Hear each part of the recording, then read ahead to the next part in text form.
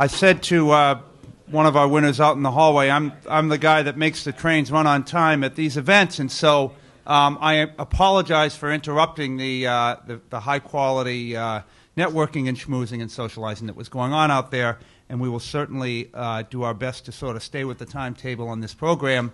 But I think you're also going to enjoy this evening, not only sort of celebrating the business leaders that we are here to recognize, but also their conversation about leadership. I'm Peter Staunton, the publisher of the Business Journal, and I would like to get the program started by thanking our partners. Our partners for many years in this event have been Clark University, the Graduate School of Management. They've been working on this sort of, obviously they're producing a lot of leaders in this community, and it's been a terrific partnership with Clark, so we thank them for their support in making this event happen. And then our media partners, and one of the ways to get yourself good signage is to bring it, a customized sign, congratulations business leaders, and that's from WTAG and WSRS, who also help us promote this event. So without further ado, I'd like to bring up the editor of the Worcester Business Journal, Christina Davis.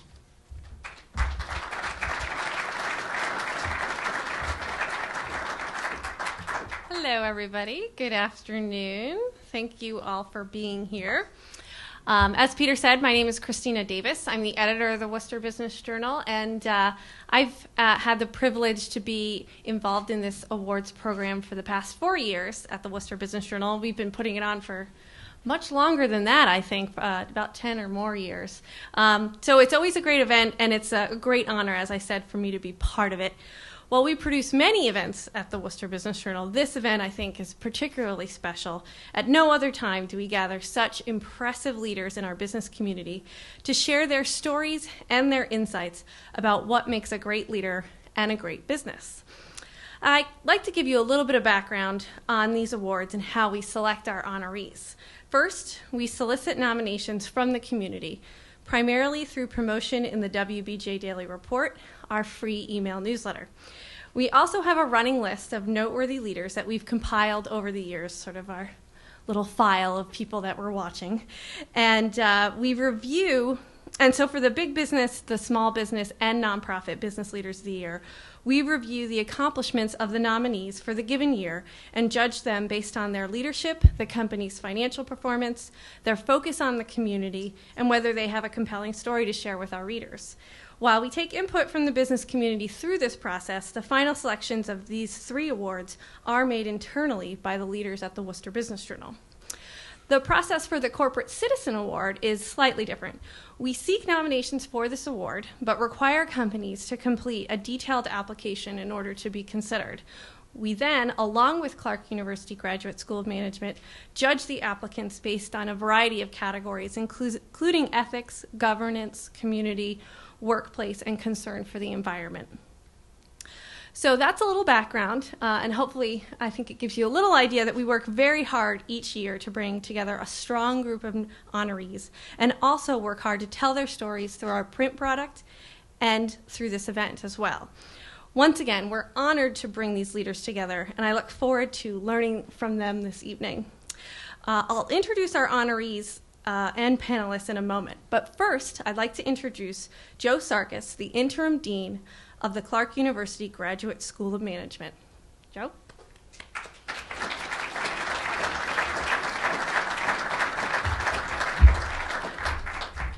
Thank you, Christina. As an interim dean, this past year has been a very big learning experience for me. And when I first took on the job, I thought it was all going to be fun and glory because now I'm the dean. But I've come to realize that there's a lot of things that an administrator in a university setting who is responsible for staff and students and community outreach and all these other different dimensions that a dean needs to do. And the day-to-day doldrums or the day-to-day drudgery is part of the job. And I find that this event is something that a dean wants to do. This is where we go out to the community, develop our relationships, and show all the great things that we do and support within our community. And one of the goals as an interim dean, and hopefully the new dean as we go along, is to build a better collaboration between ourselves at Clark University and GSOM and the broader community. As a matter of fact, it's been my theme as I started the past year or so that collaboration plays a large role in what we try to do at Clark University and within GSOM. And our collaboration, we look at it at multiple levels. And the second level, the first level, of course, is internal collaboration. The second level is a community collaboration. And this is an event, a very important event for us in terms of community collaboration by working with business leaders and the community and recognizing these business leaders through this award ceremony. And I have a few more words to say about Clark, but I just wanted to keep it at that level and just introduce myself and say that we are very privileged and honored to be involved with this type of program, and will continue to support it in the near and distant future as well. Okay, Christina? Very good, Joe. Thank you.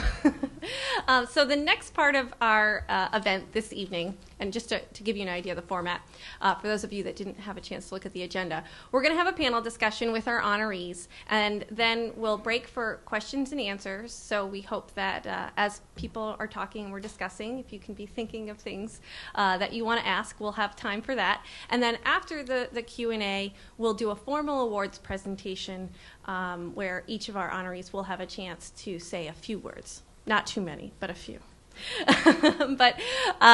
So I'm going to begin to call up our honorees. I do want to note that, unfortunately, one of our honorees, Greg Eureka from American Superconductor, is not able to be here physically this evening.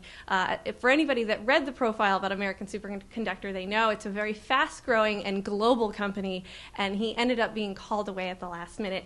But he will be making a virtual appearance this evening. I won't get into the details. I'll save that for the surprise at the end. But again, unfortunately, Greg isn't here. But let's get to the folks who are here. Just going to call up our panelists, and one at a time.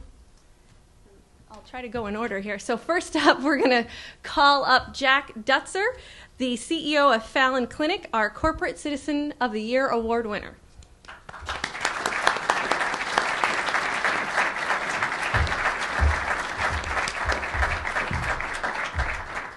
And next up, we have Jim Donohue from Old Sturbridge Village, our nonprofit business leader of the year.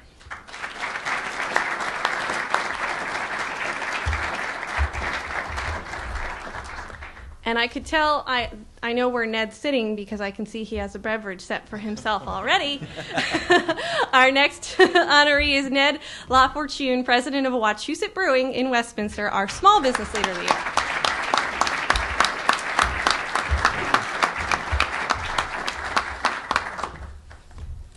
So you guys can all have a seat.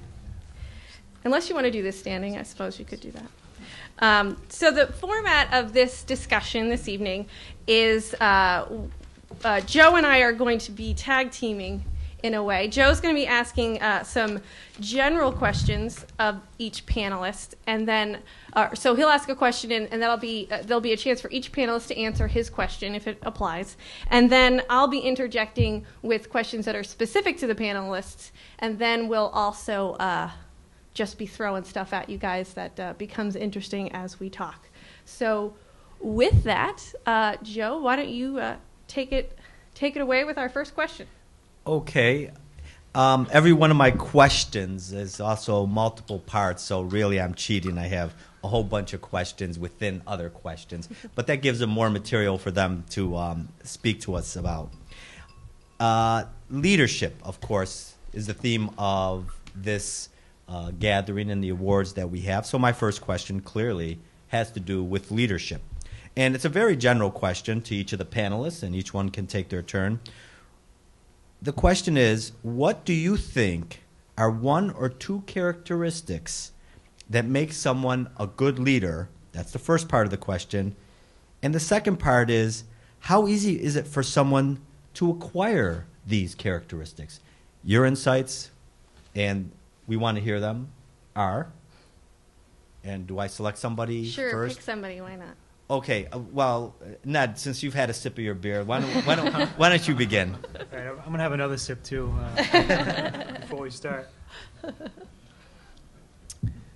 I think that, first of all, as far as my company, the Wachusett Brewing Company goes, we are obviously the small business recipient of this award, and I definitely consider it an award for my company, and certainly not just for myself, because everything that I've accomplished is through the work of dedicated work of all the employees.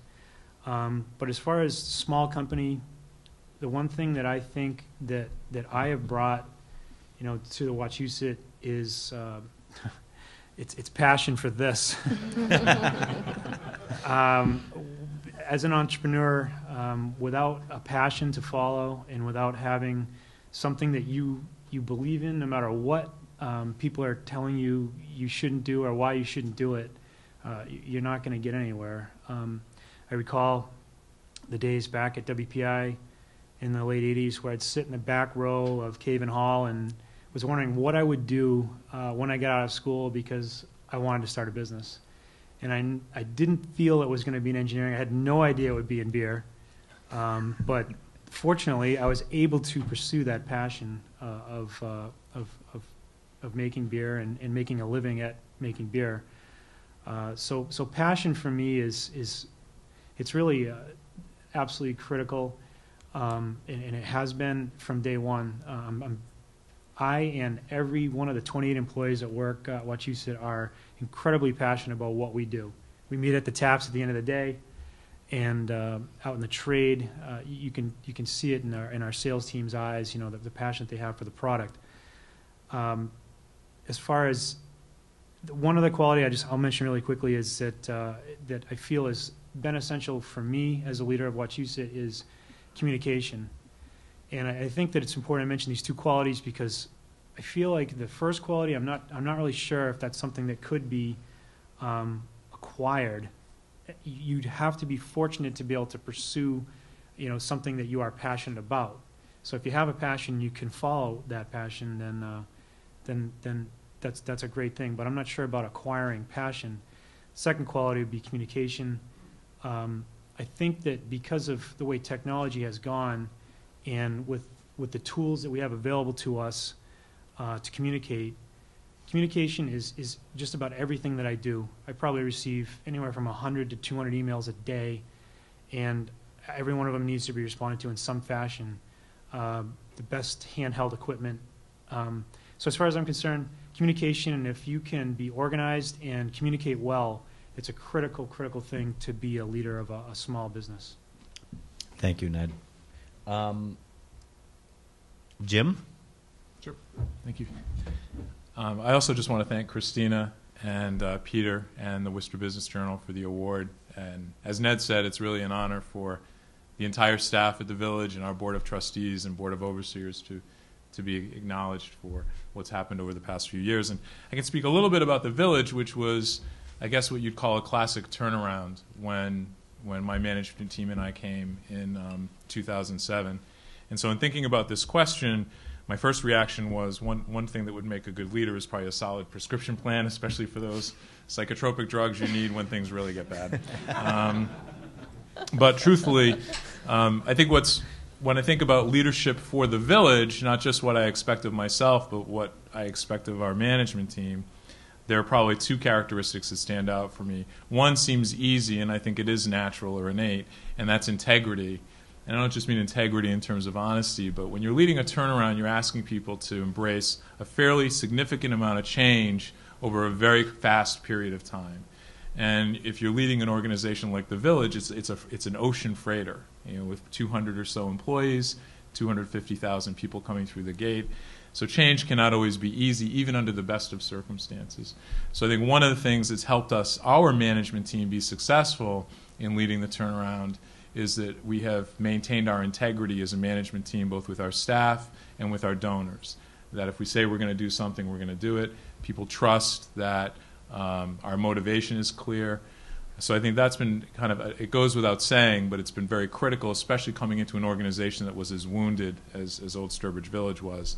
And the second one relates a little bit to what Ned had said in that communication, but I would actually take it a little bit further and say transparency. When I led my first management team meeting at the Village, there were probably 6 or 7 director level folks around the table. The CFO was the only member of that management team who had ever seen the organization's internal balance sheet or income statement, and there was no cash flow statement. So the CFO was the only member of that team who really understood the financial workings of the museum. We share the monthly income statement, balance sheet, and cash flow statement at our full staff meetings with 200 people in the audience, and literally take them through line item by line item what's happening at the village. And when we had to make some very difficult decisions in 2008 that required cutting about $800,000 out of the annual operating budget, people understood what was going on in the museum and what was leading us to make that decision.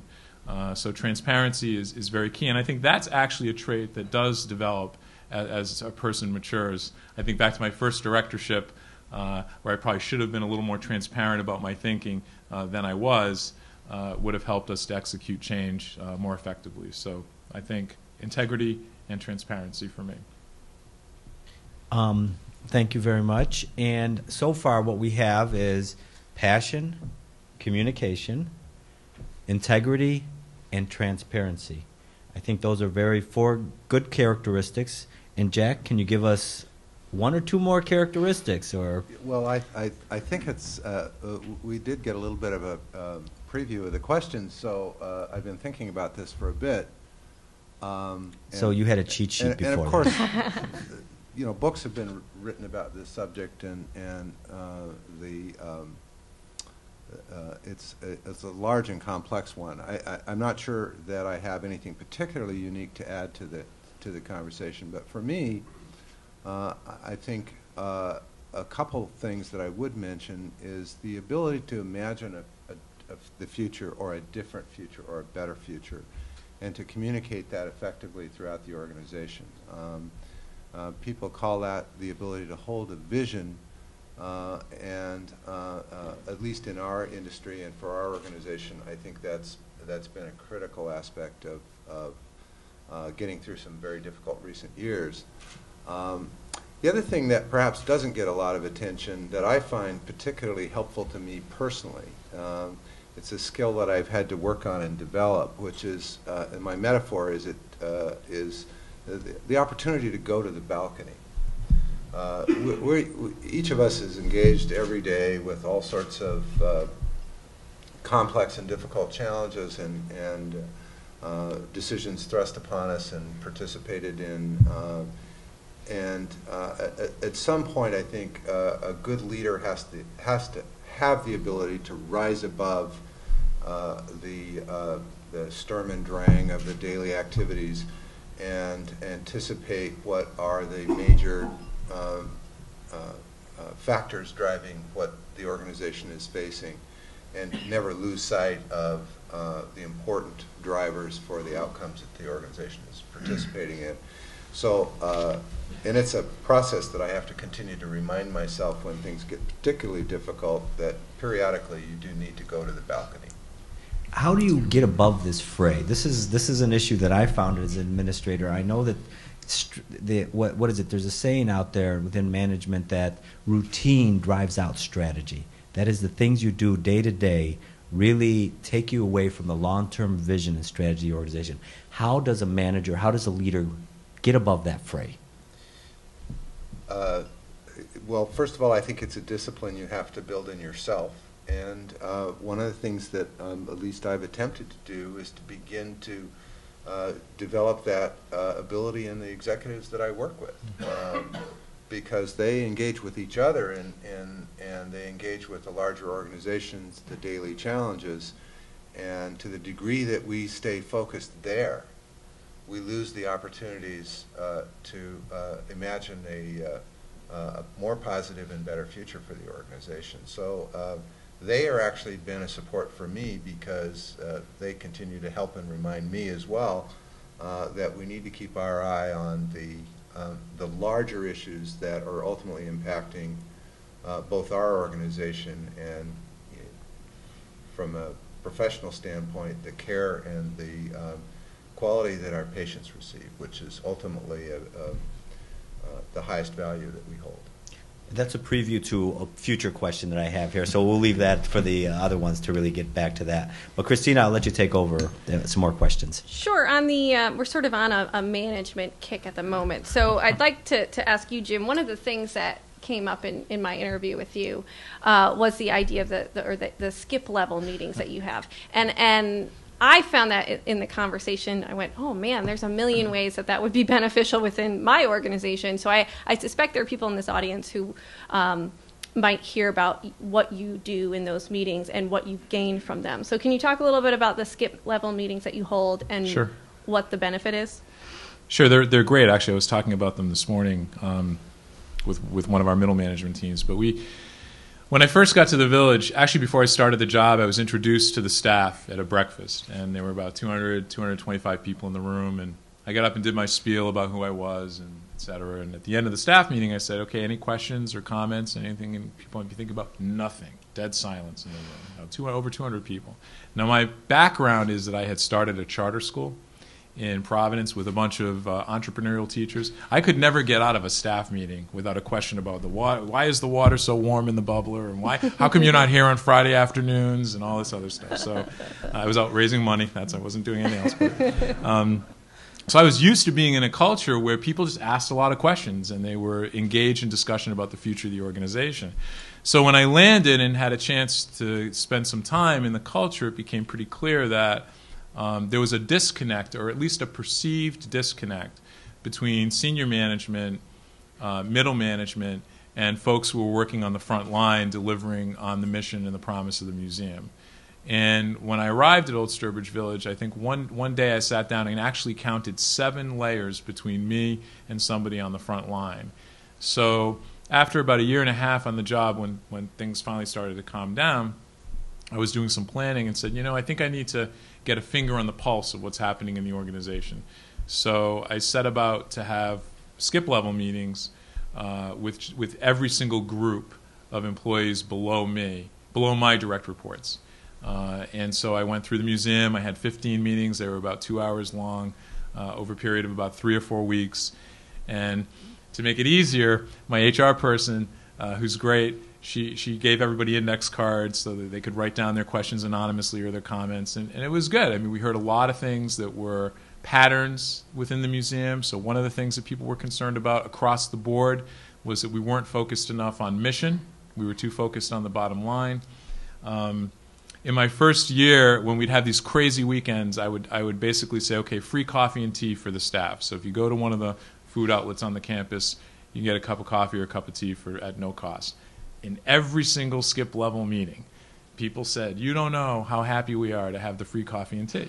So I went back to the management team and said, my God, this cost me next to nothing to do free coffee and tea. That's all they're talking about in these skip level meetings. So the next week we had a policy, 364 days a year that we're open, free coffee and tea for the entire staff. Well, they were like carrying me through the village on a tray. I mean, they couldn't be happier. And I said, and this came from the skip level meetings, and we're going to continue to do things from the skip level meetings. So it was really good. And then at Christmas time, the Potters made this mug that Erin brought to show their appreciation for all the coffee that they've been drinking. And then they said it's the biggest mug that they've made, and they wanted it to sit in the president's office. So I think that's a simple, kind of funny example of what we've learned. We've formed employee task forces as a result of the skip level meetings. I had instituted a kind of bonus plan that's linked to performance.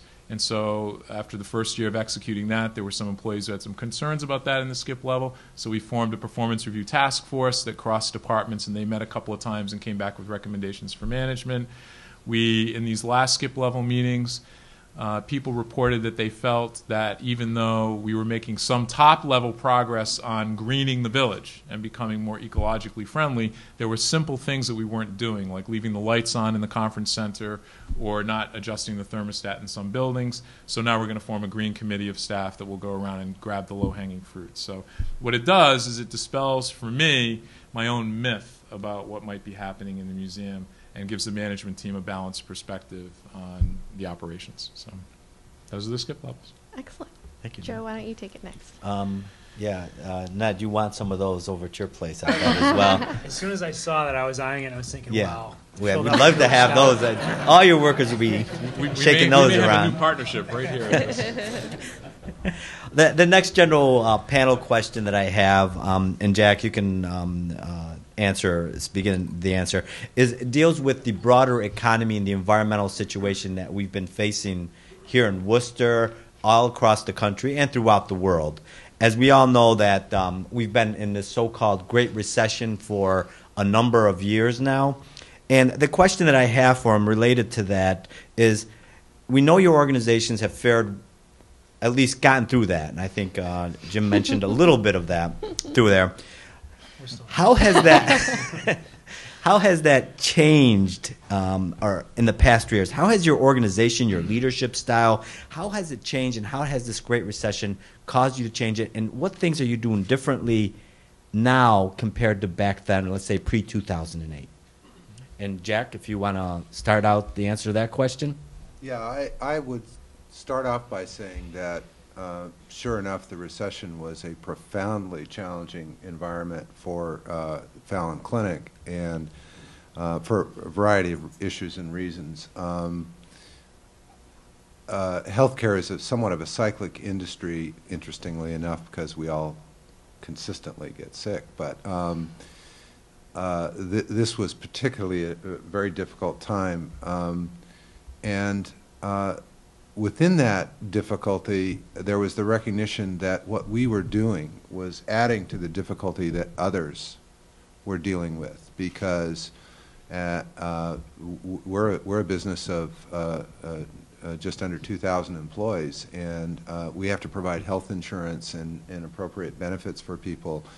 And all the other businesses represented in this and many other rooms around the Commonwealth have been struggling and facing the issues of the cost of health services.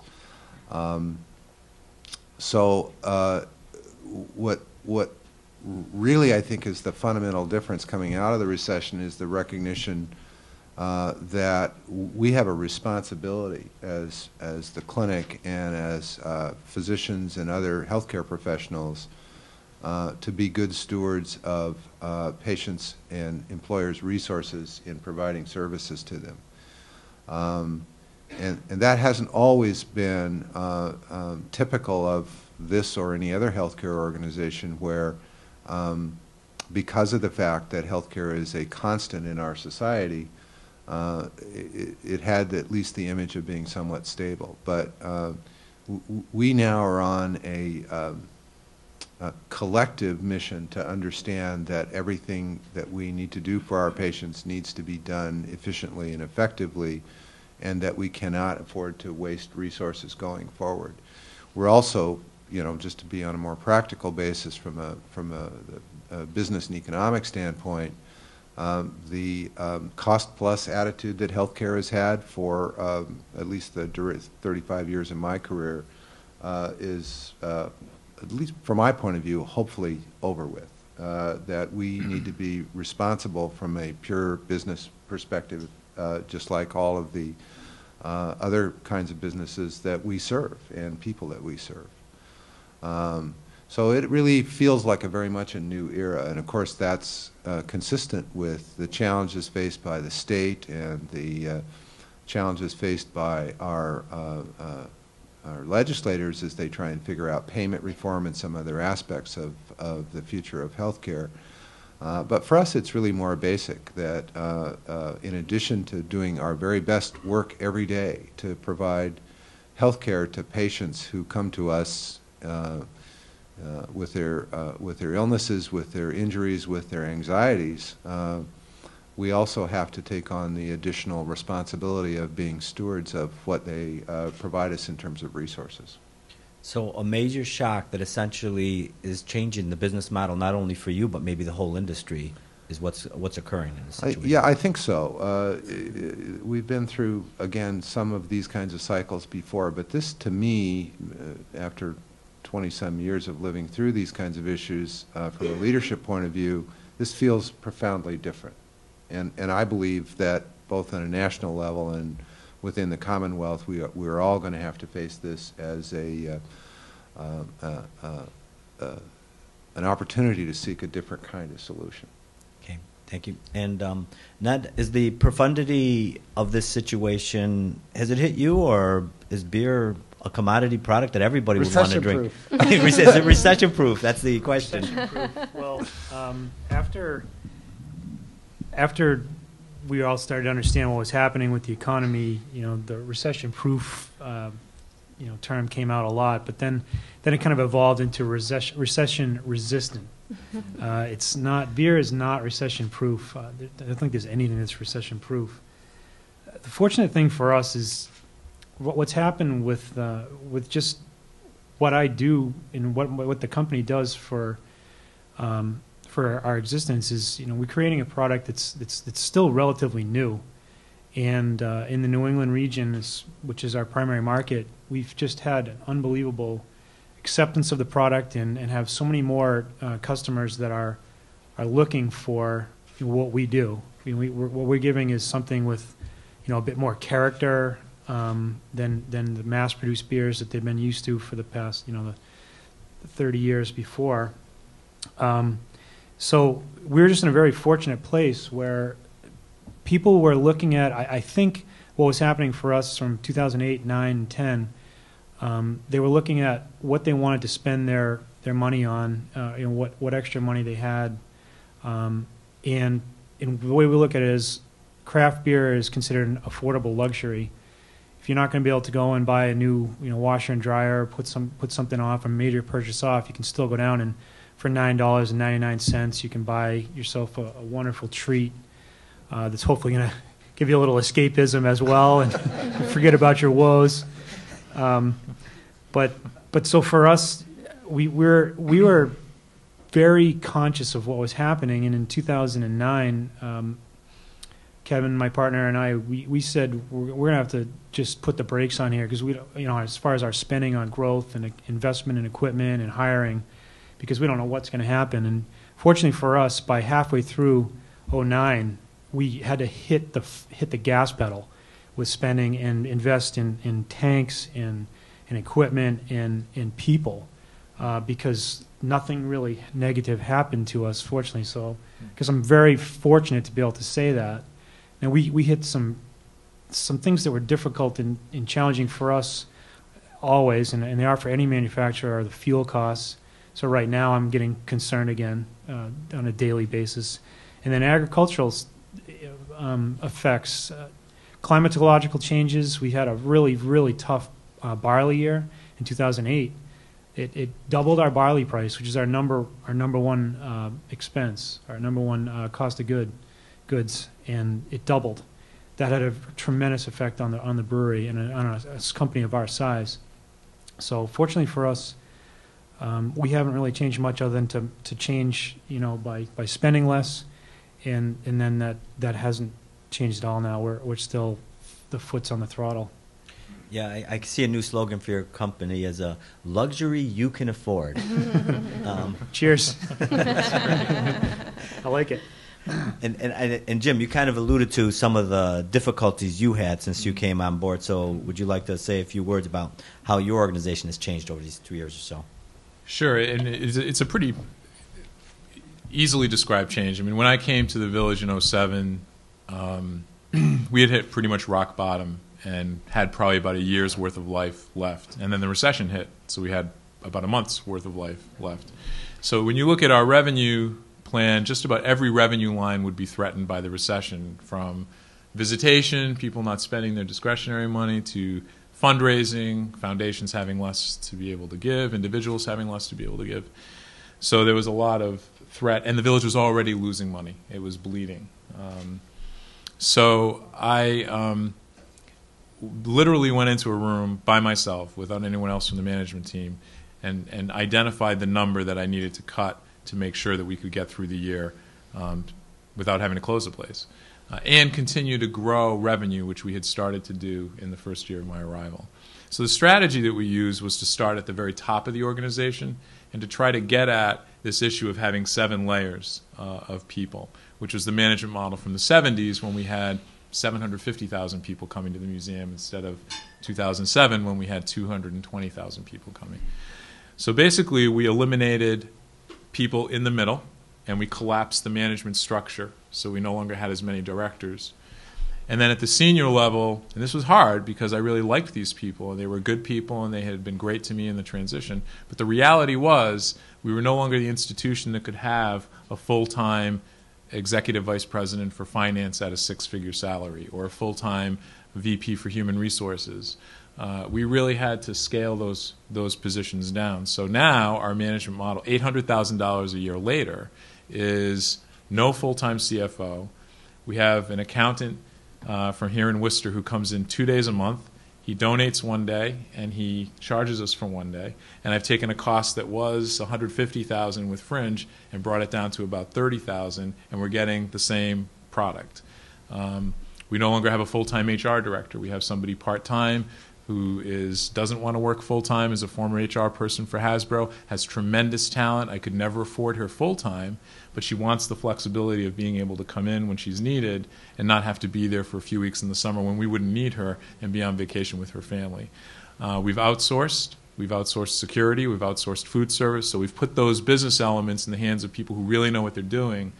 And that has helped us to continue to grow revenue but drive costs down. So our overall strategy through the recession has been every year we want to increase every revenue line and we want to decrease every expense line without compromising the visitor and experience. And I'll just say one other thing related to this. The board and I have had and the board has been fabulous about this. I mean, they've really played a key role in setting this strategy. But the discussion about should we raise our price, our admission price at the Village, comes up a lot. I have not raised our price since arriving in 2007. In fact, I've dropped the price for children to come to the Village because of the recession. We don't want to lose sight of the fact that even though we have to balance the budget, our mission is to propagate the faith around history and New England in the 1830s. And we're not going to do that for the long-term good of this community or for the Village if we're keeping people out by making it cost prohibitive. So one key piece of this strategy has been we don't want to be passing these costs along to the visitor. We want to figure out a way internally of making it possible to balance the budget and drive them through the gate at the same time. So. Wow, that's a very sobering analysis of your situation. Yeah, probably transparency. Yeah. I've decided if I was going to be at one of the places, it would probably be Ned's place. He seemed to have it the easiest the last 3 years. Christina, if you want to take over with your question. Well, that leads me into my question for Ned, which is everyone, we've been laughing a lot about what it is that you do and how great it must be. And I think everyone who likes beer thinks, what a dream job. It must be the best thing in the world to own and run your own brewery. So is it, in fact, the best job in the world, or is it, at the end of the day, just like any other company? The answer is yes. Thank you. That's not what I wanted to hear, Ned. Okay. Well, yeah, this is a great question. I definitely appreciate it being asked. For me, personally, I'm an engineer, and I was fortunate enough to start a business with my two best college buddies. And those two best college buddies are still in everyday decision-making and capacities with me. And so for me, the environment that I work in, because I get to work with two of my best friends, is just incredible. And we're in our 17th year now, and the Enjoy with Friends slogan that we have for the company is a derivative of the friendship that Kevin and Quinny and I have. And Quinny's in the room here somewhere. So he's a Worcester boy. We'll get into some of that stuff, I think, maybe later on with some of these questions. But the thing that's difficult that we learned about the brewing business is I started to say after we made our 10 years in the business that we had no right to get into the business whatsoever in 1994, but we earned the right to be here. And we basically got the entire business education shoved down our throats. The two engineers and a biologist. We didn't know anything about anything about food processing, plant design, sanitary engineering, packaging design, finance, accounting, distribution, sales, nothing. We just were passionate about beer, and we're going to get it going, and no matter what happened, and we did that. What we quickly learned, though, is we wanted to be in the brewing business, or basically in the brewing industry, and then we started to realize that there's this whole other dimension. It's the beer business. And I really think of it in two different categories. And I can clearly say that if we hadn't been able to affiliate ourselves with great people in both the brewing industry and the beer business, then we would have been in trouble. And we've actually kind of been fortunate to work our way up to having some incredible partnerships on both sides of the equation. And when I mentioned some of these things that we didn't know what we were doing with, including packaging design, we have incredible partnerships with companies like Davis Advertising right here in Worcester. Andy Davis, who's here today, he is our partner in designing packages. It just got to the point where Quinny and I we could offer our ideas, and we did even today on a new package that we're coming out with. But we needed that type of talent and commitment from companies like that are far more qualified and experienced that could help us. And on the other side of the equation, the beer business, we did it for 5 years. We ran our own trucks for the first 9 months, as Joe Salois from Atlas Distributing could definitely credit. I was out there with my cowboy hat on and a cell phone and a truck and a bunch of beer in the back, and I was just selling it the best I could. And for 5 years, Joe Salois from Atlas Distributing was right there at every time, graciously, offering his hand, a great, honest handshake, and say, Ned, if you ever get to the point where you want to, step out of the distribution business, we're here. And for 5 years, I listened to it, and then almost to the day, 5 years later, I called Joe, and said, I'm ready to get out of the distribution business. we need help, and we want to focus back on the brewing industry. So to kind of bring this all back around, it's the fact that we've been able to partner with people that are much better qualified and have worked with us diligently and helped grow the business. Can't say enough about those partnerships. What that has allowed me to do is focus back on what I'm most passionate about, and that's making the liquid. Finding equipment, doing the engineering stuff that I used to do, and know that we're in great qualified hands with Quinny taking over the sales division for the company, and then working with Atlas and having people like Davis helping us with the advertising. That's allowed me to really live the dream job that I was looking for, and that's in the brewing industry. So I think it's interesting, too, that you and Jim are almost saying the same thing, that the old Sturbridge Village, privatized some things, food service and whatnot, and you're working with experts in distribution and advertising, which is, I think, something that a lot of businesses run into, that question of whether we keep it in-house or we send it outside. So that's interesting that you two both mentioned that choice. But Joe, why don't you move on with the next question? I just want to say that Joe Salois is an alum of Clark University. Okay. Cheers, Joe. and also he mentioned that they didn't have the management skills and business skills. And if anybody out there doesn't have the management skills or business skills to run their organization, or is really looking to start an organization, I know of a great place where you can build some of these skills. Okay. Just as a little plug on the side there. Okay. My question, and I'm not sure how much time we have. I think we're gonna have time for probably one more question. Okay, this is the last question that I'll ask. All right, I've got to select a good one here. No, not that one. Maybe this one. All right, this one, it kind of builds on to the presentation later as well. So I'll go down to my third question here, and this is also a plug for Clark University's GSOM program. We now have, for the last couple of years, a new program called the Social Change Concentration. And we feel that MBAs can be well-skilled in business topics and be good corporate citizens at the same time. And corporate social responsibility and the need to consider the well-being of future generations is at the core of many of our ideals that we are trying to present with this type of program and the vision and strategy that we have. The question is, how do you think today's leaders need to manage in this type of environment? And we think it's a very grown and important type of corporate social responsibility environment.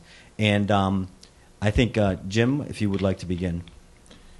Sure. Well, there are two dimensions to this question for me, Joe. One is from the village perspective, thinking about leadership and always trying to think about good, strong business skills and and corporate citizenship or responsibility is a both and not an either or. And I have that as the benefit. One of the benefits of working for a nonprofit as a CEO is that's embedded in the work that you do. And sometimes we can get lost as a nonprofit, and as I mentioned earlier, forget the mission and that side of you that is about corporate responsibility. It's not all about just making money on the bottom line. For us, it's about preserving a building, and there are programs that we will do. We'll sit down and say, okay, we know we're going to lose money on this program, but if we don't do it, it's not going to meet an important need that we believe the people who use the museum have. So what's changed since our management team came in is we're not doing that unintentionally. So we're very thoughtful about which programs we lose money on and which programs we feel have to be profitable. At the same time, we are real beneficiaries of the corporate social responsibility of the community. And if it were not for leaders like Ed Shea here from Bank of America, the Ness Lucens at Schmidt Equipment, Matt Sosik from Hometown Bank, Bolus Lynch, Jeff Davenport from Southbridge Credit Union, I think, is here. All these folks have supported the museum and made it possible for us to bring children and have an experience there that they would never have on their own with their families or with their schools. So for us, we live it as part of our mission, and we directly benefit from it. And those programs simply wouldn't happen if that corporate social responsibility wasn't there. Okay, so you're appreciative of the corporate social responsibility. Most definitely. Okay. And now we'll go to Jack, because you're a corporate citizen of the year, and we'll say a few things later, but you want to give us some of your insights about bringing in corporate social responsibility into your leadership style, into your organization, and so on. Yeah, well, I think fundamentally the work that we do and the organization's reason for being has an element of commitment to societal good, because we're here to provide health services. But beyond that, I'll just make a couple of comments that we are on the verge of really trying to build a broader level of response to the community around us. We've never, in past years, had a real focus on issues of social, racial, and cultural diversity. One of my colleagues is here in the room who's helped us to build within the organization the beginnings of a better understanding of who we need to do, what we need to do to create a more welcoming and diverse environment, not only for our employees but also for our patients who come to us from a variety of cultural and racial and national traditions. I think we've made some small steps in terms of being responsible to the environment. Healthcare doesn't typically assault the environment at the level of some industries. However, there is still much that we can do. And again, I have a colleague in the room who's actively engaged in looking for opportunities to be better stewards of that resource. I think that ultimately, I'll go back to what I said earlier. The greatest social good that we can do is to provide every service that our patients need and not waste their resources. The common understanding, I think, is that the cost of health care is a burden on business and or government or both. Fundamentally, I think healthcare economists would tell you that at some level that's true. But for me personally, and I feel this with something akin to Ned's passion, we as employers have so much money that we can spend on our employees for salary and benefits. And if healthcare costs are a burgeoning challenge for us, it's a burgeoning challenge on the household budgets of the people of the communities that surround us. So when we get carried away with excess in terms of the new toys that we buy or the fancy buildings that we build, it ultimately is a responsibility that we have to the community to make sure that those investments do in fact serve what people actually need.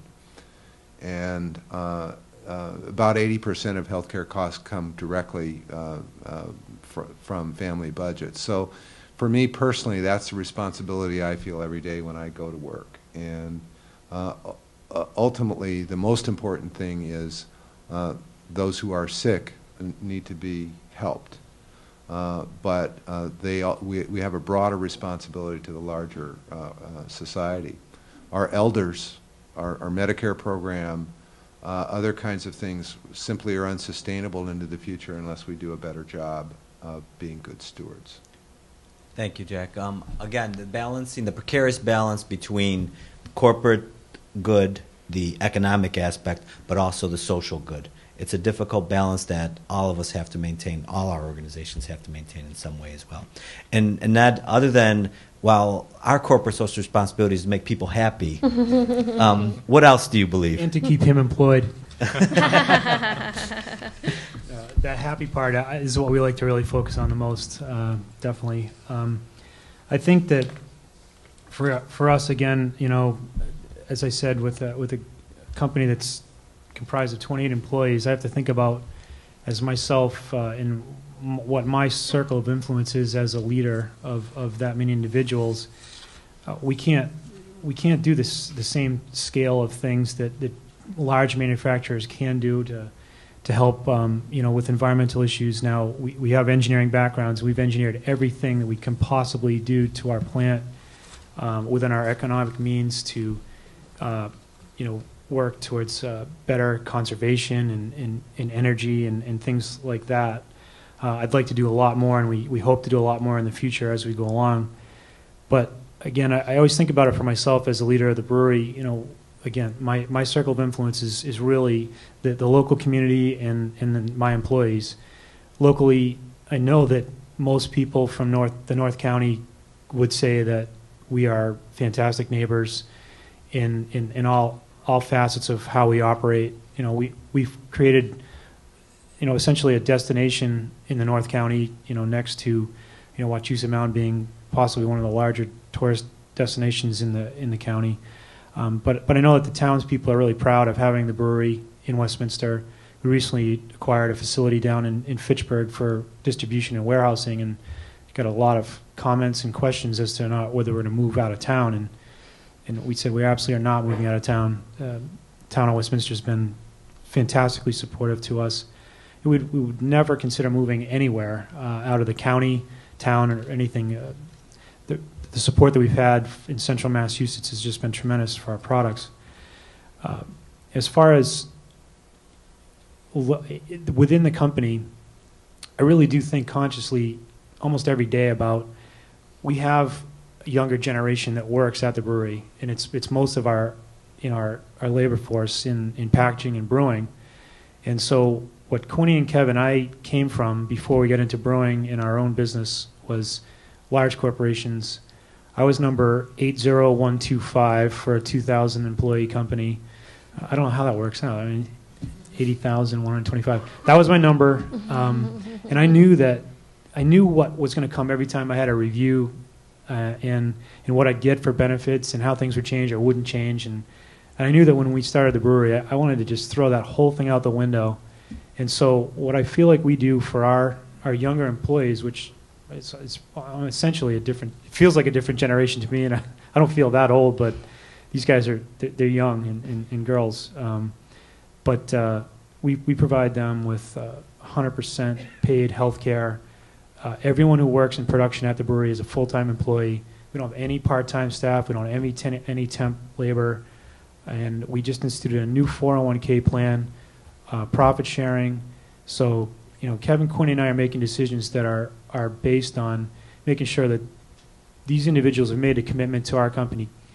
I don't believe that many of them could go anywhere else and get a better job or be better provided for, even though I know that a lot of them would much rather go and take that money that we're putting into the 401k plan and maybe go out and you know, spend it on our own stuff. But we're forcing that because we just don't know what's going to happen in the future for them financially. You know, Social Security, I don't know. But so again, it's back to the smallness of a business like ours and what we can influence, and trying to make sure we stay focused on trying to help those right around us. Thank you, Ned. Those are very thoughtful comments. Essentially, what I heard from that was the stakeholders are a big part of what you view as being corporate social responsibility, understanding their needs, both your internal stakeholders, your employees, but also your external stakeholders, in this case, their community that relies on the economics and businesses and jobs that you offer as well. Okay, Christina, you want to go with the last question? Well, I think we have a ton of questions left, but I do want to give the audience an opportunity to ask any questions. So does anybody out there want to make a comment or ask a question of our panelists? Don't be shy. It's not a big room. In the back. Okay, we got two, so you right there first. I've had the opportunity to work with Ned over the years, and it's been, as he talked about, a great partnership. And if you have not had the opportunity to buy a Quinn's, I'd suggest doing so. We've got Quinny right here, one of the founders. Great beer, great product. Sir, could you introduce yourself, please? Yes. I guess I'm Joe Salois. I graduated from Clark. Oh, right? Yes. Thank you, Joe. But thank you very much, Ned. Congratulations, and congratulations to the other members as well. Thank you. Thank you, Joe. Thank you, Joe. Great, and there was someone in the back there. Come on, hustle, Regina, hustle. I was stuck.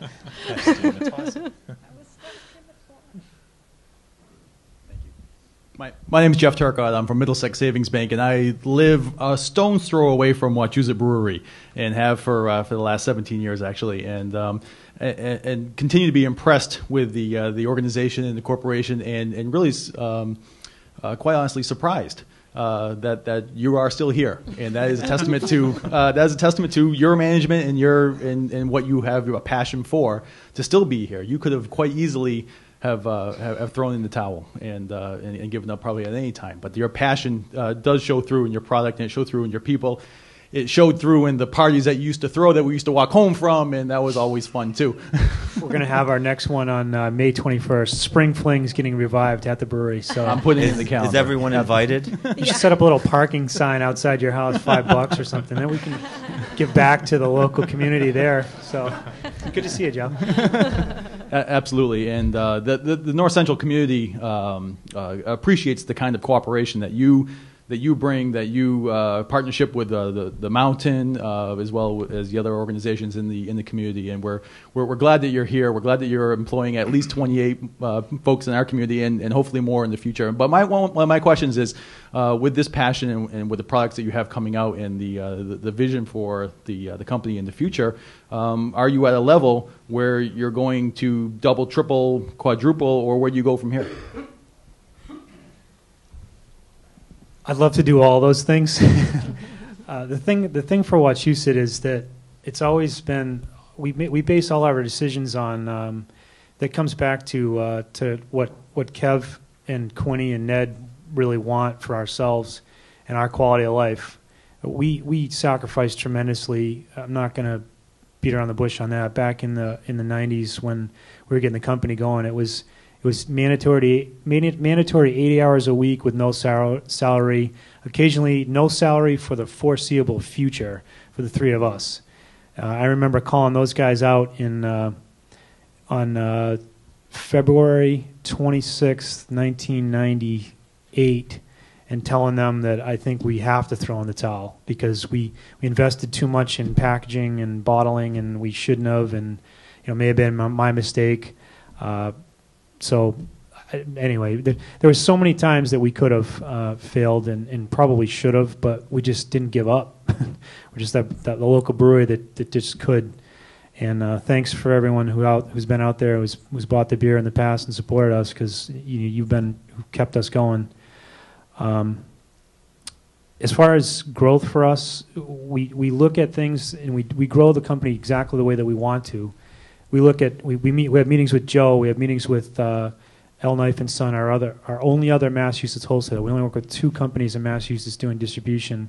We talk to their leadership and talk about what their plans are and what we can do together and how we can grow the brand. And that's where it always starts. Meetings with Joe, meetings with the Sheehan's, with Knife, and then make our plan from there. We work also in Rhode Island with a company, McLaughlin Moran. It's basically right now the only three wholesalers that we have for the Wachusett brand in 17 years. There's almost no other craft brewer that can say that in the country, that we have only 3 relationships in wholesaling. That's not to say that we don't have a lot of wholesalers that want our beer. There are many.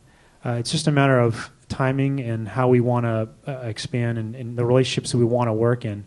What we seek most is exactly what I told you about earlier, the passion that Joe had pursuing me for 5 years, even though every time he turned around, I was trying to take his draft lines.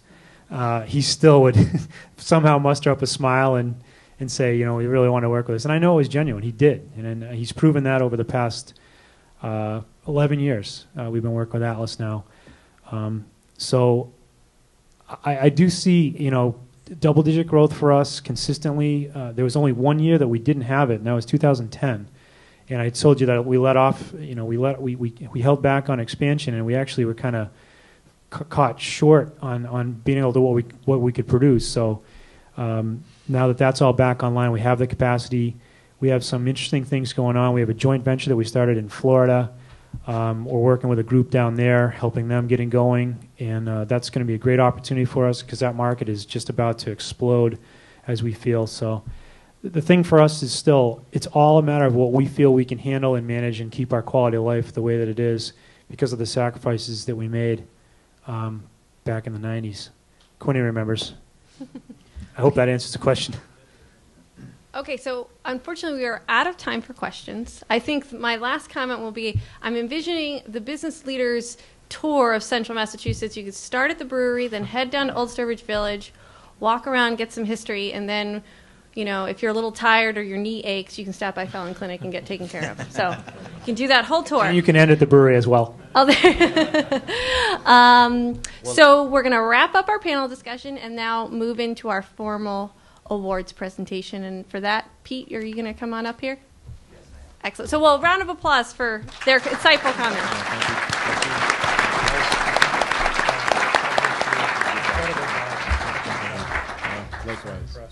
Okay. So, for the formal presentations of our awards, I've got a little talk, and then we'll hear from each of the winners. First in line is Ned from the Wachusett Brewing Company. How many businesses were started more than 15 years ago by 3 partners, pretty fresh out of college, that are still being run with that same group in place today? Very few.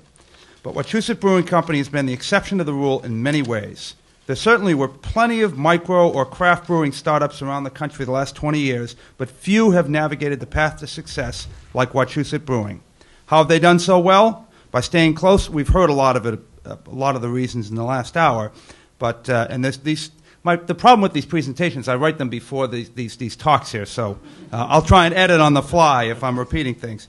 1, by staying close to home, by hitting singles and doubles and not trying to swing for the fences in their expansion strategy. 2, by making a consistently very good product and executing steady, measured expansion of their market that they could manage along the way. And since its formation in '92, Wachusett Brewing has grown to become the 2nd largest packing brewer in the state. As many, or at least some of us have done, the 3 founders, Ned, Peter Quinn, and Kevin Buckler, refined their love of beer during their college years. I was just wondering, Ned, did you start your research in high school? Not until I was 21. Okay, just, you know, sometimes there's parents or someone in the audience who wouldn't want to hear the answer to that. Anyways, the 2 WPI engineers and the biology major found their stride and their passion in manipulating yeast, hops, and barley into a variety of 16 different flavors that they sell across 4 states. From its humble beginnings when the company borrowed money from family and friends to finance the brewing tanks and equipment, the firm today employs the 28 full-time people who get 100% health care coverage. Very impressive. And they're an economic driver in the North County. Tours of their facility are among the most popular attractions to visitors along the Route 2 corridor. After all, the apple season comes and goes, but brewing beer happens 12 months a year. So please recognize the accomplishments of the Wachusett Brewing team, and especially the leadership of their president, Ned Lafon, our 2011 Business Person of the Year. Ned.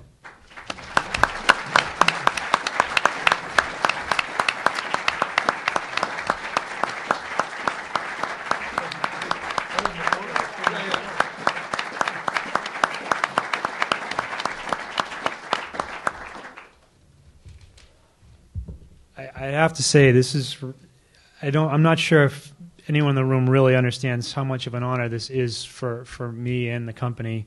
We've never received anything of this level, and I can't say enough about how much I appreciate the Worcester Business Journal doing this for us and recognizing our company. And again, every time I talk about this, I want to talk about it as the company and not as me receiving this award, because I couldn't have done it without this crew. And I know this is my opportunity to thank people. I've never actually really done this, so I have my little list here of people, and I've fortunately been able to already thank some of those that have helped us so much. But I obviously have to mention Kevin and Quinny again, and just being able to stick with me and with the company and fight it out in the tough times, get through those ridiculous things that I told you that we did. And get onto a place that's, I feel, much healthier and happier, and maintain that quality of life that we do. So I don't have my beer now, but here's to you, Quinny, and to Kev out there as well. I have to thank people like T.J. Morris, who's here in the room. He's the rep. He's the guy who basically needed to take over for us because we weren't able to cover the territory and go out and see the people who have supported us over the years and maintain the relationships that make our company successful. So, TJ, thank you for everything you do here in Central Mass. I can't say enough about how much I appreciate his passion and his commitment to delivering the message for us and representing us. I have to say thanks to Ray Lafon from Enterprise Bank. I don't believe he's here in the room today, but Ray was the first person who really stepped up and recognized that even though we were doing something against the odds, he stepped up and gave us our first loan to be able to even open our doors, and then a second loan to keep the company rolling. So Ray was an amazing man. Has been a great influence and capacity for us. The last people I want to mention, obviously, would be my parents, and I want to say this because my parents were there when I think Quinny was at the table when I announced to my parents that I was quitting my engineering job to start our brewery with him and Kev. And my dad absolutely flipped out and said, "You are not leaving your engineering job." And I told him that I already quit. And so then he flipped out that time. And then he flipped out again when Quinny and I ran the wells dry on the farm while we were pilot brewing Country Ale back in 92 and 93. So he kicked us off the farm. So I have to say thanks to them for everything they did for us and believing in us and supporting us, even though the beer we were making back in 92 was really not that commercially acceptable. So that's pretty much my short list. There's so many other people I could thank, volunteers and people that helped the brewery over the years. So this is really an incredible award for us, and this is going right up at the tasting room where everyone comes and congregates. So this can be put up. I'll probably put a picture of all the employees right below it, and I know I just got a great picture of all the employees at the holidays. So thank you very much.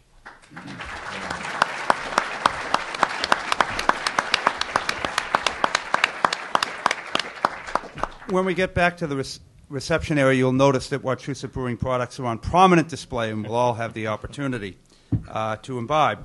Our next category to be recognized is the Nonprofit Business Leader of the Year. When Old Sturbridge Village had a 30-year attendance curve that looked like one long downhill slope as annual visitors dropped from a high of more than 700,000 in the mid-'70s to close to 200,000 by 2006. While that kind of downward slope might be good for skiing on, it was life-threatening to one of the most venerable and established attractions in our region. Not only did OSV need to stop the bleeding, they needed to reverse the trajectory and do it fast. I didn't know you were down to 1 month. I thought it was a little more of a window than that. So when the board went to recruit a new CEO who would be, by some measure, determine the ultimate success or failure of their organization, they had to find someone crazy enough to take on the challenge. When Jim Donohue declared himself, in quotes, completely unlicensed to drive this museum in his interview, they knew they had their man. Stripped of all the minutiae, the task was straightforward. Improve attendance and improve fundraising. However, Jim Donohue, in his 3+ years as the head of OSV, has done more than improve attendance and increase fundraising. He's transformed the organization. His former banker, teacher, and charter school director took to the task with his own brand of openness and transparency, a sort of Donahue perestroika. Among the changes, financials were moved from the shadows into the foreground, as we've heard about. We heard in detail about those skip-level meetings, and the organizational chart was made flatter, partly by necessity and partly by design to make the organization work more effectively. He's brought some Jack Welch-style measurement practices to the organization that have increased management accountability and helped make expectations clear. The capital improvements in his first couple years spruced up tired buildings, and the reinvestment in more period interpreters and more livestock have strengthened OSV's delivery on being a true living history museum. As a result, attendance has improved by more than 50,000 annually, a 25% increase over the last 3 years, and annual core fundraising has more than doubled in that same period. Neither Jim Donohue or his board are declaring the war won. Punishing economy has thrown a monkey wrench in almost every organization's growth and expansions plans the last couple of years. But there is no doubt that Old Sturbridge Village has survived the storm and is on a sustainable path to good health. For his leadership and vision, knock on wood, was that wood? For his leadership and vision in turning around Old Sturbridge Village and putting it back on the unpaved, that's not the paved road success, please recognize our nonprofit business leader of the year, Jim Donohue.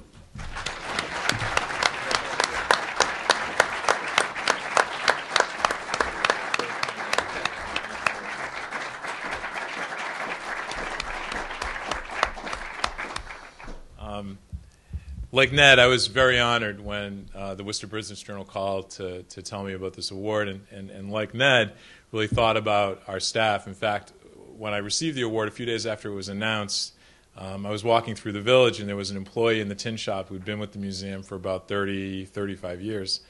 And he said, congratulations on the award. And I said, well, it's really an award for all of us because I do very little compared to the heavy lifting that happens here. And he said, this is the first time in a long time that I've been able to say that I'm proud that I work at that Old Sturbridge Village. And so I think that on behalf of all 200 of our employees, all 25 of our trustees, all 100 of our overseers, and I just want to thank you. I want to acknowledge Ann Lindblad, our Vice President for Marketing and Communications. Ann is really the brains behind the attendance reversal. She's nimble, she's quick, she's smart, and she's, since the first month she was executing her marketing plan was the first month of our attendance turnaround, and it's been climbing ever since. And Erin Mcgarry, who has built single-handedly our development program. I'll tell you about Erin. He's gone from a staff of, I think, 3 to a staff of 1. He handles everything, and sometimes we'll be in meetings, and for some reason I always meet with Erin late in the day, which is not good for him. And sometimes I'll be peppering him with questions about fundraising, and a bead of sweat will fall down his forehead, and I'll realize, okay, I got to pull a little too much Jack Welch and not enough Jim Donohue there. So, but thank you to all of our supporters, our funders. We couldn't do it without you. We are on a sustainable track. The village is not going to close. It's not going anywhere, and we expect it'll get better and brighter as the future continues. So thank you for your support. Thank you.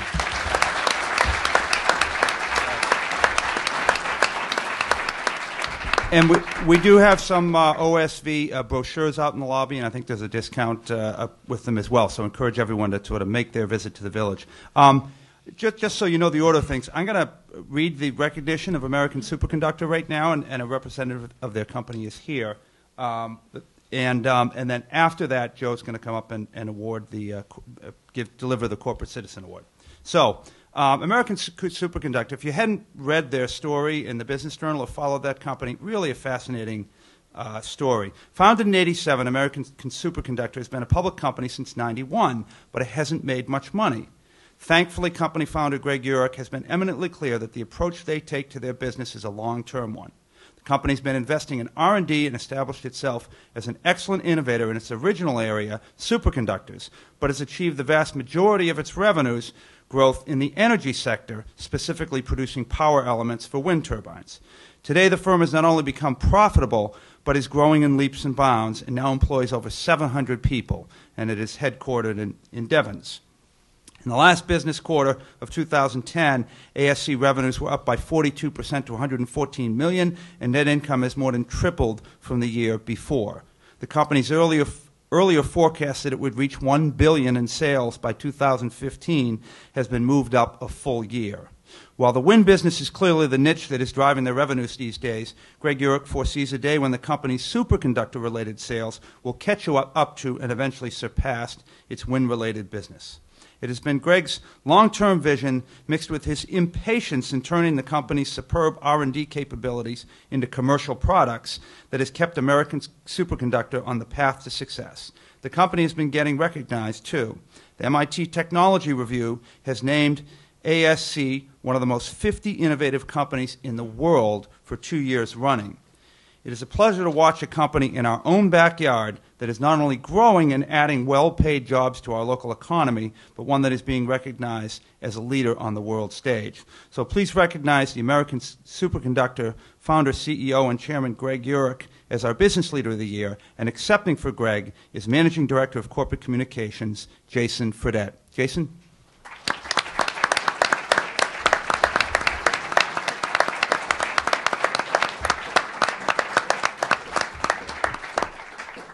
Thank you, everyone. Greg Eureka really does apologize for not being here. He was scheduled to be here late last week and got pulled off on business. So he did send a video that I think we'll be playing now. Good afternoon, everyone. I'm Greg Eureka, founder, the chairman, and CEO of American Superconductor Corporation, located in Devens, Massachusetts. I wish I could be with you there personally today to enjoy all the festivities. However, other business has taken me away. I want to first thank the Worcester Business Journal for this tremendous honor. At the same time, I want to thank the global workforce at American Superconductor, who has helped transform this MIT spin-out into a global clean technologies powerhouse. Our mission at American Superconductor is to revolutionize the way the world generates, delivers, and utilizes electric power.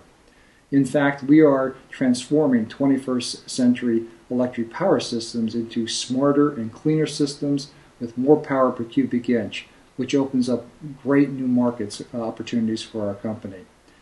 We have been rewarded for all of our efforts over these years, and in fact, during the last 5 years, right through the economic downturn, we've been able to grow our company, both in terms of revenue and employees. We increased our revenues from about $50 million per year to over $400 million per year recently.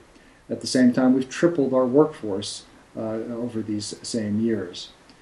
So we have a lot to be proud of and a lot to be thankful for at American Superconductor, but truly what motivates us today is that the best is ahead of us. So thanks again to the Worcester Business Journal for this tremendous honor, and thanks to all of you in the region who help support and promote companies to continue to grow in central Massachusetts and throughout the state. And at the same time, I want to also give a hearty congratulations to my fellow awardees this evening. So thanks again, and bye-bye.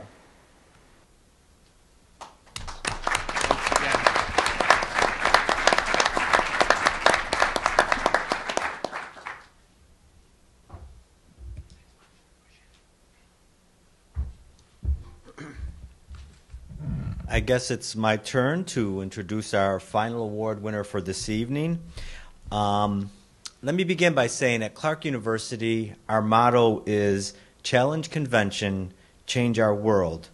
And at Graduate School of Management, we try to live by this model, and we do this through the programs we introduce. One of our innovative programs I mentioned earlier was our social change concentration, which is meant to integrate the best of business skills and social responsibility skills into our students, faculty, staff, and any collaborations that we build. That is why it is an honor and privilege, and in some ways almost an obligation, that we sponsor the Corporate Citizen of the Year Award. This award was, the process that we went through this award was a little bit different than previous years. Christina mentioned to me how would we go about selecting the Citizen of the Year Award. And the process went about by asking for applications from local communities and nominations. And each major business or businesses sent in, we had a number of them that were submitted. And in this process then, what I decided to do was not to make this an academic exercise, but make it a practical exercise by asking our advisory council to give us votes on the different application packages that were submitted. And it wasn't an easy decision, but the decision was made, and of course, it was Fallon Clinic, as we know now, and it was announced today finally publicly, that was the winner of this award. And the representative from Fallon Clinic, Dr. Jack Dutzer, as we've heard earlier, who's the CEO of the Worcester-based Fallon Clinic, and he doesn't beat around the bush when it comes to his aspirations for his physicians group. And specifically from an article within the Worcester Business Journal where he was interviewed, he essentially said, we want to be the very best place to get health care in central Massachusetts. And we know that it is a very competitive environment with a lot of health care offerers out there. But by being the very best, it isn't just about the delivery of quality services to his patients, the business aspect of things, and it's important for them to also show a clear and impressive track record of doing right by its community and its employees, as we mentioned, like the stakeholders that they have to manage as a leader in their business. They go beyond the typical business bottom line. Their motto is treating you well. And it does not stop at the customers, but also means their employees and community again. I mentioned this bottom line, the business bottom line. They are truly representative, this company, of the triple bottom line, associated not only with economic, but social and environmental dimensions and how they manage their organizations. Social dimensions, as was mentioned earlier, include diversity and multicultural events, as we saw in the application process. Also, they have environmental programs, including office recycling, purchase of green products, and energy efficiency as part of their effort. Again, focusing on the broader social sustainability, environmental sustainability, and economic sustainability of their organization. One interesting tidbit that I did find out was if you go to the reception area, what is the countertop made of? Recycled peanut shells. I found that to be very interesting. Just a little interesting tidbit on the side. I'd like to get one of those, and when I get hungry, I'll just eat the peanuts that come with the shells. Well, for those efforts, Fallon Clinic is being honored tonight at Worcester Business Journal's 2011 Corporate Citizen of the Year. The clinic's commitment to community includes long-standing support for the United Way, local United Way as well, through financial contributions from its employees, as well as volunteer hours. And they sponsor that program with volunteer hours and encouraging them. Tim Garvin, head of the United Way, I'm not sure if Tim is here today, was gracious in his praise for the culture of giving at Fallon Clinic, saying that he could not imagine his agency being successful without Fallon Clinic being involved in its local community. It's these kinds of externally supportive anecdotes that made Fallon Clinic a clear choice for this honor this evening. Please join me in congratulating Fallon Clinic for its work as we present the 2011 Corporate Citizen of the Year Award, and accepting on behalf of the organization is the CEO, Dr. Jack Dutzer.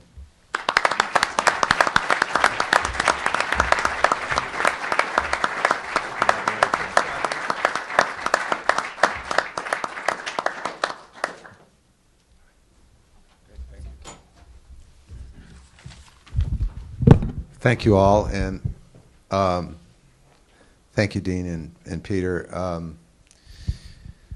Those who know me know that this is the kind of thing that I particularly like the least about my role, but tonight's really a positive opportunity for me.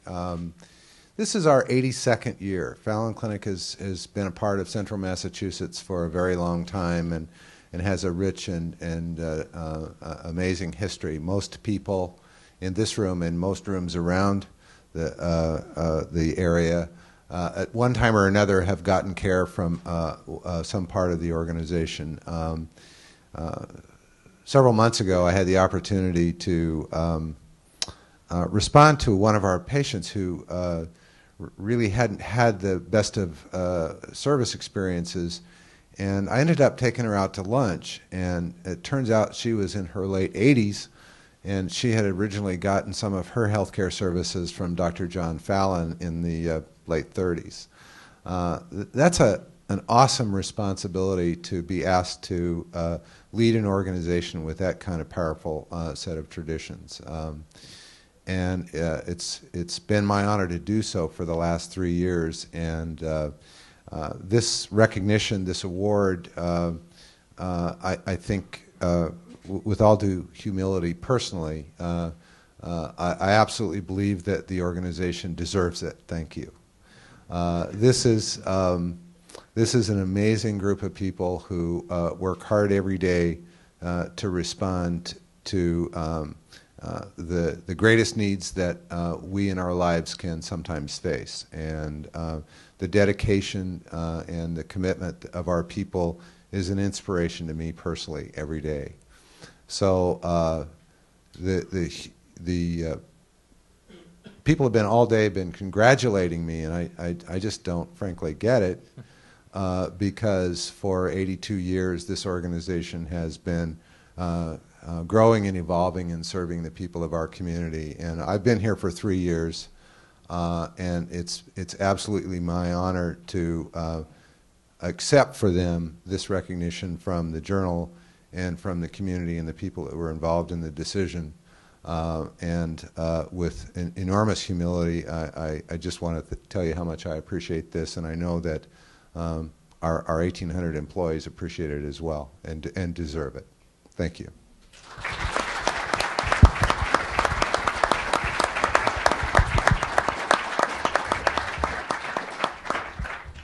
Terrific. Okay, well, that's the official wrap. We are free to go out and head back to the reception area. Thank you again. Let's give them one more hand. A terrific panel of winners.